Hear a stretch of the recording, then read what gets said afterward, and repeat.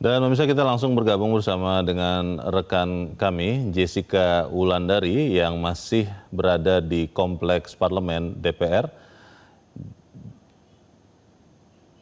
Halo Jessica.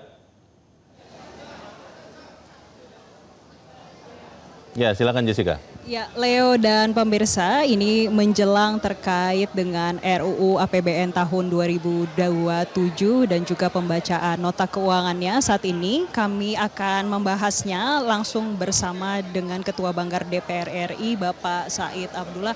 Pak, sebentar lagi kita akan mulai untuk pembacaan terkait dengan RUU APBN 2027 dan juga terkait dengan nota keuangannya, Pak. Nah, ini ada yang menarik, Pak. Tadi terkait dengan target pertumbuhan ekonomi Indonesia untuk tahun ini. Kita pertama terlebih dahulu ke pidato Presiden tadi dulu nih, Pak.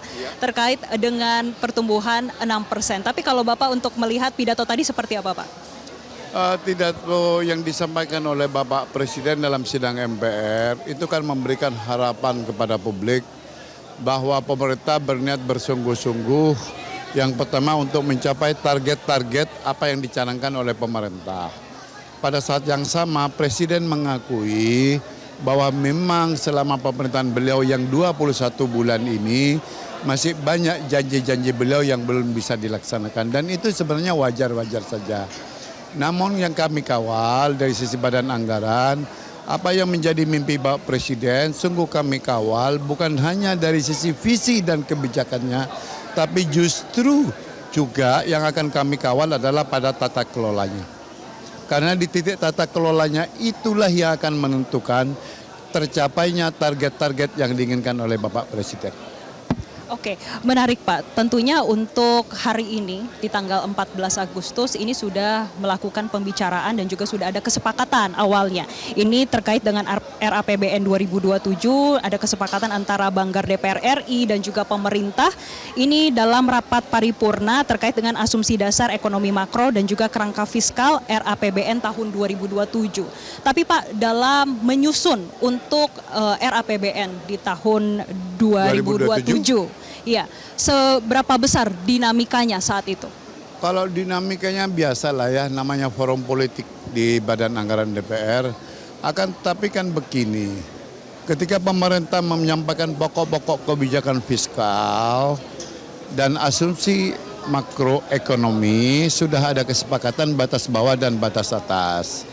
Oleh karenanya proyeksi saya kalau kita melihat tren sampai Agustus ini perkembangan ekonomi kita di 2026 dengan pertumbuhan kuartal 1 5,61 dan kuartal kedua agak menurun di 5,2 sekian, maka tahun depan itu asumsi kami pemerintah akan jatuh pada pilihan 5,8 atau maksimal 6. Tapi hitungan saya lebih realistis jika pemerintah pertumbuhan ekonominya di 5,8.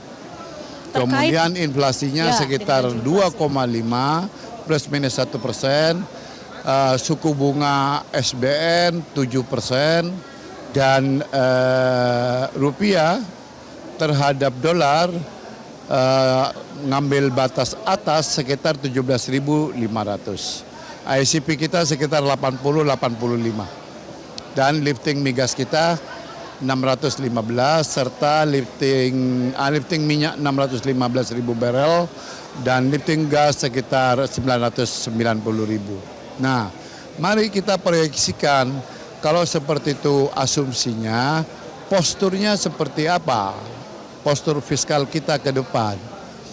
Nah, menurut hemat saya, mari kita proyeksi di tahun 2027, katakanlah PDB kita di batas bawah itu 27.850 sampai 27.900-an. Nah, berdasarkan asumsi atas bawah tadi, maka kemudian datang pada kesimpulan belanja pemerintah di APBN sekitar 4.000 sampai 4.015 triliun. Tidak akan lebih dari itu. Minimum 4.000, maksimal di 4.015 triliun. Pendapatan pajak tentu sekitar 3.340 dan defisit yang harus ditambal oleh pemerintah sekitar 669 triliun. Jadi kalau seperti itu potretnya, menurut hemat saya tantangan terbesar terhadap penerimaan perpajakan kita. Karena itu hampir 2.850 triliun. Selebihnya kan PNBP. Oleh karenanya saya mengapresiasi apa yang disampaikan oleh Menteri Keuangan agar dividen yang masuk ke Danantara sebagian bisa disetor ke Bendahara Umum Negara untuk mengurangi fiskal kita agar tidak terlalu sempit.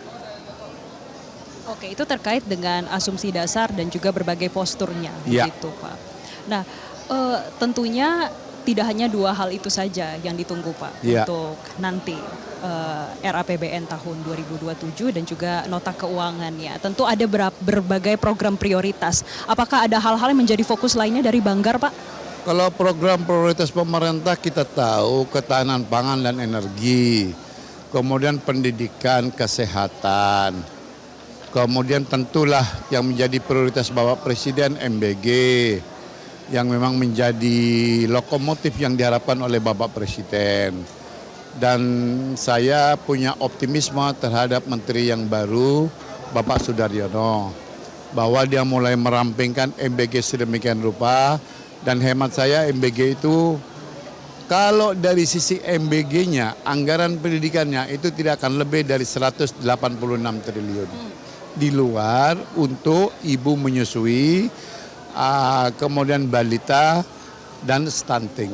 Karena itu dari anggaran kesehatan. Supaya masyarakat tidak confuse seakan-akan begitu MBG itu seluruhnya anggaran pendidikan. Tidak. Ada juga anggaran kesehatan yang masuk di makan bergizi gratis. Selain itu terkait dengan swasembada energi, swasembada pangan, sesuai tadi Yes. apa yang sudah disampaikan Presiden, apakah ada catatan-catatan khusus yang dilihat dari Banggar Pak? Tetap catatan kami itu pada tata kelola. Tata kelola MBG ini memang kita harus memberikan waktu kepada menteri yang baru, karena peninggalan masa lalu itu memang sangat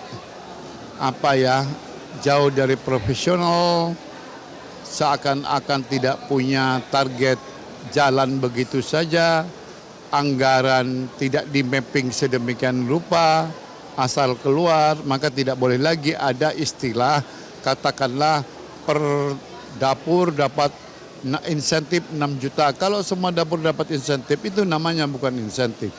Insentif itu diberikan kepada dapur yang memang betul-betul sesuai protap MBG. Itu artinya kan tidak semua. Oleh karenanya itu memang harus dirapikan satu persatu. Alangkah baiknya ke depan menurut hemat saya, kenapa sih tidak MBG membeli ke dapur saja 10.000 tahunya nyampe di sekolah. Protapnya ini. Sehingga pemerintah tidak disebutkan dengan manajemen MBG. Tapi ini sudah pernah disampaikan ke pemerintah kan Pak? Kami sudah bolak-balik menyampaikan itu kepada pemerintah. Untuk mengurangi birokratisme yang terjadi di MBG, di dapur-dapur, biar nggak salah, di dapur. Karena dapur SPPG itu kan terlalu rigid jadinya, dan pemerintah juga sudah tidak boleh lagi memberikan anggaran di luar ketentuan yang sudah ada. Katakanlah tiba-tiba dibelikan sepeda motor atau dibelikan iPad, leads dan kaos kaki, itu nggak ada urusan dengan anggaran pendidikannya gitu loh. Karena itu betul-betul penunjang gitu loh. Oke, masih terkait dengan program prioritas Pak. Tadi sudah terkait dengan MBG. Bagaimana dengan swasembada energi ya Pak? Karena tentunya untuk menyusun RAPBN tahun 2027, kita berkaca pada tahun 2026 juga Pak. Dan banyak sekali dinamika yang terjadi di awal tahun ini, semester 1 tahun ini Pak. Tidak mudah, tapi tetap harus mimpi itu kita kawal bersama. Karena apa? Negara yang kuat dua hal itu. Kalau kita ingin menjadi negara yang kuat, yang hebat, yang mandiri, yang berdiri di atas kaki sendiri, maka swasembada pangan dan ketahanan kemandirian kita di bidang energi itu mutlak. Walaupun memang tidak gampang, tidak mudah. Karena apa? Jujur saja saat ini kita importnya sudah lebih dari 1 juta barel. Kemudian pemerintah melakukan upaya dengan B50. Itu pun masih di awal-awal. Kita belum lihat outcome-nya seperti apa. Baru bisa dilihat kalau soal kemandirian energi, hitungan saya, kita lihatlah tahun 2029 seperti apa potretnya. Walaupun berbagai upaya seperti energi dari sampah sudah dimulai di Bali, di Jawa Timur, di Jakarta, tapi ini kan masih tahap awal, perlu waktu 3 tahun. Jadi memang tidak mudah bagi pemerintah untuk merealisasikan kemandirian di bidang energi. Hal lainnya Pak yang menjadi fokus dan juga isu terkait dengan TKD Pak. Untuk menyusun RAPBN 2027, apakah nanti akan ada perubahan signifikan Pak terkait kebijakan TKD? Kalau melihat belanja APBN, belanja pemerintah pusat, ya, hitungan saya belanja pemerintah pusat itu sekitar 3.200-an. 3.150 sampai 3.200. Kalau itu yang terjadi, maka hitungan saya untuk TKD itu sekitar 720 sampai 730 triliun. Artinya ada peningkatan yang luar biasa dari 649 triliun di tahun 2026. DAK dikembalikan lagi, kemudian dana bagi hasil juga akan dikembalikan. Toh faktanya atas desakan Badan Anggaran DPR kepada pemerintah, dana bagi hasil dalam bulan ini pemerintah sudah mulai mencicil terhadap daerah-daerah. Karena itu memang khusus dana bagi hasil murni perintah undang-undang itu memang hak daerah. Jadi akan ada perubahan mendasar apa yang dimasukkan dalam tidak kerangka mendasar, fiskal. mengembalikan lagi ya, kepada fitrah awal. Ini supaya TKD supaya tidak menjadi transfer rutin saja begitu Pak? Supaya tidak menjadi kegaduhan yang tidak perlu. Oleh karenanya baik DBH maupun DAK walaupun skimnya pasti berbeda. Tapi yang terpenting daerah sudah mendapatkan haknya kembali. Daerah sudah mendapatkan haknya kembali. Itu yang paling penting. Pak, tapi bagaimana sih menilai komitmen reformasi fiskal kita dari pusat dan juga daerah untuk RAPBN tahun 2027, Pak? Sebenarnya sederhana, kalau kita mau mengikuti undang-undang hubungan keuangan pusat dan daerah, maka memang tidak perlu kita itu terlalu terjebak seperti 2026. Akhirnya pemerintah turun tangan juga terhadap berbagai cekaknya fiskal di berbagai daerah, khususnya yang sempat gaduh seperti P3K.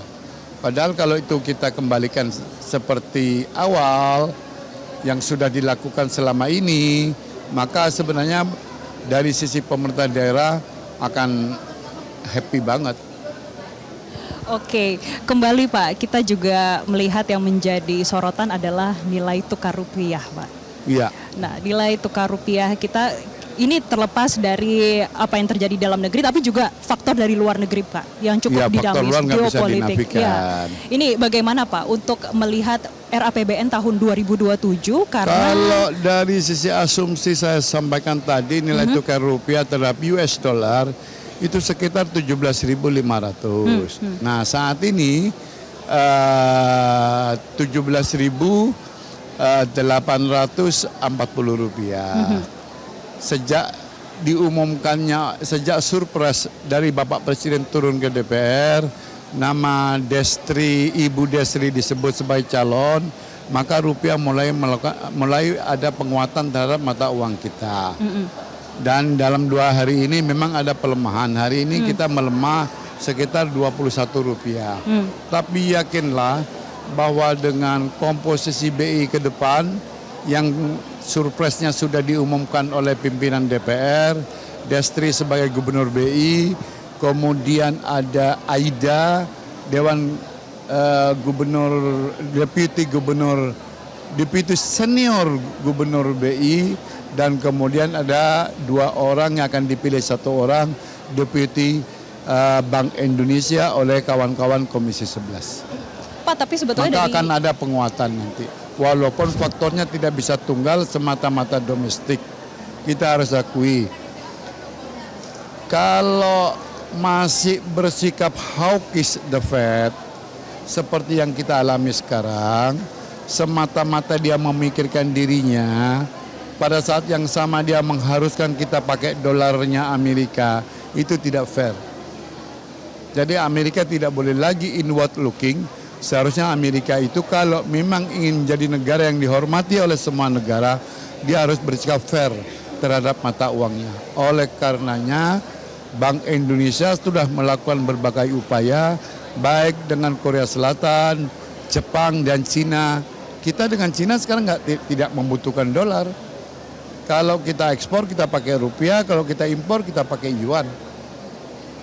Good to hell. Udah nggak perlu lagi dolar. Karena ngerusak dolar lama-lama ini. Oke. Yang merusak tatanan semua negara, utamanya negara berkembang. Oke. Jangan negara berkembang, negara-negara maju juga kerepotan. Oke, Pak Said, kita kembali melihat apa yang menjadi fokus dari masyarakat dan juga fokus dari pasar. Memang yang selalu ditunggu terkait dengan tidak hanya nilai tukar rupiah, Pak, tapi yang juga ditunggu terkait dengan program pemerintah yang menjadi prioritas, dan ini terkait dengan MBG dan juga anggaran pendidikan, Pak. Nah, yang mana publik ini menunggu bagaimana porsi MBG ini dialokasikan nantinya pada APBN, terutama Kalau untuk keputusan 2027. Mahkamah Konstitusi, nah kita kembalikan pada aras konstitusinya. Sebagai anggota DPR saya mesti ke situ. Ya, yang pertama tentu keputusan Mahkamah Konstitusi supaya anggaran untuk Badan Gizi Nasional MBG, karena itu dianggap supporting pendidikan, maka dikembalikan kepada fungsi utamanya anggaran pendidikan di 2028. Bukan 2027 perintahnya.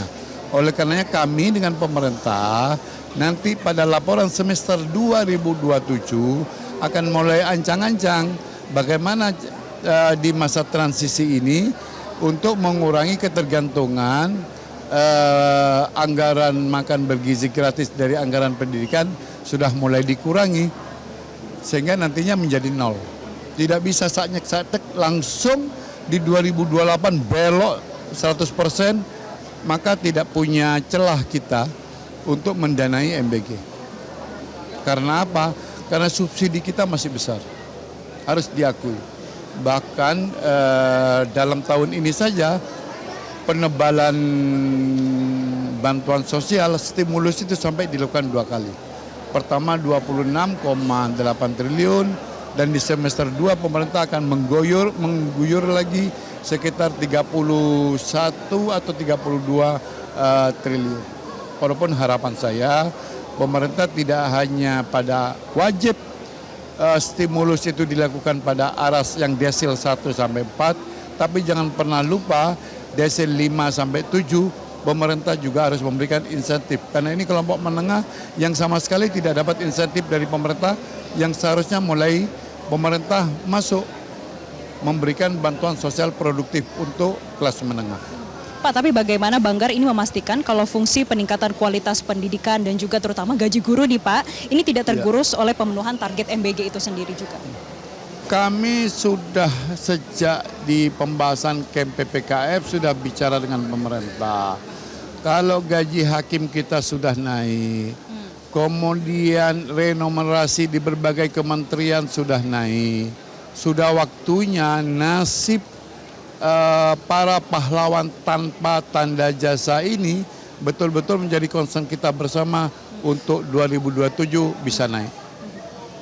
Baik, ini kemudian ada hal-hal lain yang juga menjadi fokus nih Pak, selalu dalam RAPBN setiap tahun terkait dengan subsidi Pak. Untuk di tahun 2027, ini yang banyak selalu dibicarakan dan tadi Presiden juga sempat menyinggung, subsidi itu harus tepat sasaran Pak. Bagaimana dari Banggar? Saya setuju, bukan hanya subsidi yang tepat sasaran, kompensasi juga harus tepat sasaran. Karena kompensasi lebih besar daripada subsidi. Orang kaya, anggota DPR, pengusaha-pengusaha yang punya industri juga dapat kompensasi, khususnya dari PLN di listrik. Kami sejak 2017 minta agar kompensasi itu hanya khusus untuk desil 4 sampai desil 7. Maka desil di atasnya sudah tidak berhak untuk mendapatkan kompensasi. Nah, subsidi desil 1 sampai desil 4 itu wajib, tidak bisa tidak. Toh daya beli sekarang menurun. Kalau itu dikurangi, cilaka kita semua. Karena di sana itu masyarakat kita jangankan mengurangi, dengan subsidi yang ada saja masyarakat kita desil 1 dan 4 itu sudah mengalami kesulitan. Oleh karenanya kompensasinya yang dialihkan, yang dikurangi. Karena kompensasinya lebih besar daripada subsidinya. Nah ini untuk kepentingan siapa? Wong orang kaya kok desil 8 sampai 10 itu untuk apa? Dapat kompensasi lagi. Itu yang sungguh tidak fair. Artinya Pak, ini terkait dengan subsidi akan ada reformasi struktur belanja dari subsidi barang ke subsidi orang atau seperti apa nanti? Saya lebih setuju kepada subsidi orang.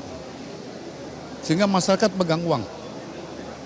Dari dulu, Banggar mintanya baik pupuk maupun bantuan sosial beras dan sebagainya. Perlakukanlah subsidi itu seperti PKH, mau LPG dan sebagainya, kasih duitnya ke rakyat. Sehingga rakyat bisa ngukur dirinya, berapa sih kemampuan dalam 1 bulan untuk bisa membeli tabung LPG 3 kg. Kan daripada ke pabriknya, daripada ke tabung pengurusan tabung LPG-nya, kan lebih baik uang dikasih rakyat saja. Ini sudah pernah dikomunikasikan dengan pemerintah? Bukan pernah, sejak 2017, 2018 setiap tahun kami bertasbih meneriakkan itu. Tapi sebetulnya di mana sih Pak yang menjadi kesulitan transformasi atau ini sudah Bapak melihat mulai Ada perlahan-perlahan? problem sampai sekarang. Kenapa saya subsidi ini terjadi inclusion dan exclusion errornya sampai 68%. Bias subsidi kita itu. Karena memang sistem kita mau pakai barcode, mau pakai ini itu nggak jalan. Kalau mau jalan cukup saja seperti yang pernah kami sampaikan dari berbagai pemberitaan, pakai sidik jari saja. Karena sidik jari pasti tepat sasaran. Orang yang ngetap itu sidik jarinya tidak cocok, maka dia tidak berhak. Untuk memudahkan masyarakat yang di bawah. Untuk memudahkan masyarakat yang berhak menerima, supaya dia menerima. Jangan kemudian dia berhak menerima, tapi tidak menerima. Atau sebaliknya.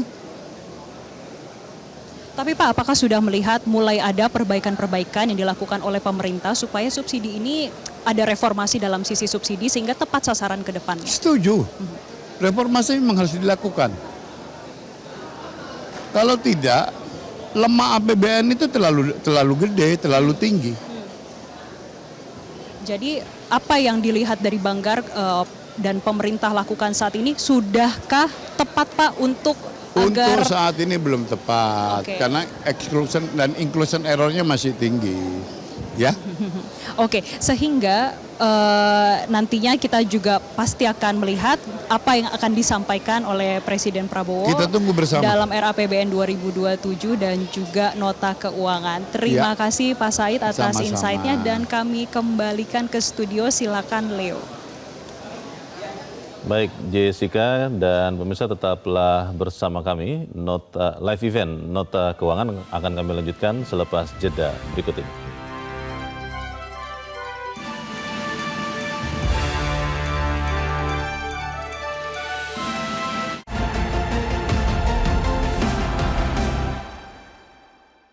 Dipersembahkan oleh didukung oleh Jelajahi cara baru mendapatkan informasi. Download Metro TV Extend sekarang.